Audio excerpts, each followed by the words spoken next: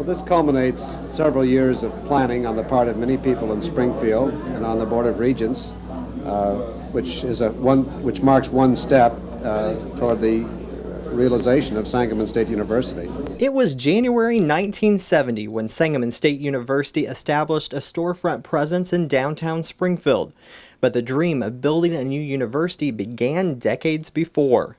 Springfield, Illinois was one of the few capital cities in the country without a university, and community leaders knew that had to change. We were losing our industry at that time, and we needed higher education to attract industries. In 1960, a group of businessmen formed the Springfield Committee for Higher Education. Theirs was not the first attempt to bring an institution of higher learning to Springfield, but it was successful.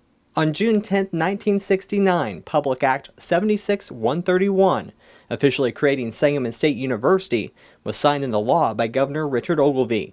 We had to use all of our favors requested to the legislators to make sure they really pushed this through. It took a lot of effort. From the beginning, it was clear that Sangamon State would not be your typical university. Conceived as an upper-level 3-year institution, it offered junior, senior, and graduate courses and had no freshmen or sophomores. There was an enormous sense of excitement. Not just another campus in Illinois, but a campus with a special mission.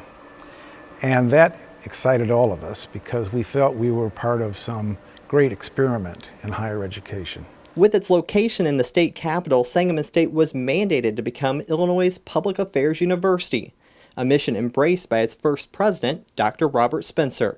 What intrigued you? The public affairs mission, its presence in Illinois, the fact that it was new, it was in the state capital. Spencer was charged with putting together a new university, and he had little more than a year to do it. Charter faculty member Colin Davis remembers working closely with President Spencer in the early days. He wanted a different kind of university, and he provided a prescription for that, which I thought was an inspired prescription. Sangamon State would become a teaching-focused institution where students were encouraged to ask questions and challenge the ideas of others. We were there to teach students, but the mode of teaching was to be the use of inquiry. We wouldn't so much lecture as engage in discussion. When I came here in spring of 1970, I had never seen anything like what was being planned here. The whole notion of a public affairs university in the state capital, where the dedication would be towards building both a curriculum of both theory and practice. With the learning philosophy in place, construction on the new SSU campus began on a site near Lake Springfield in the fall of 1969.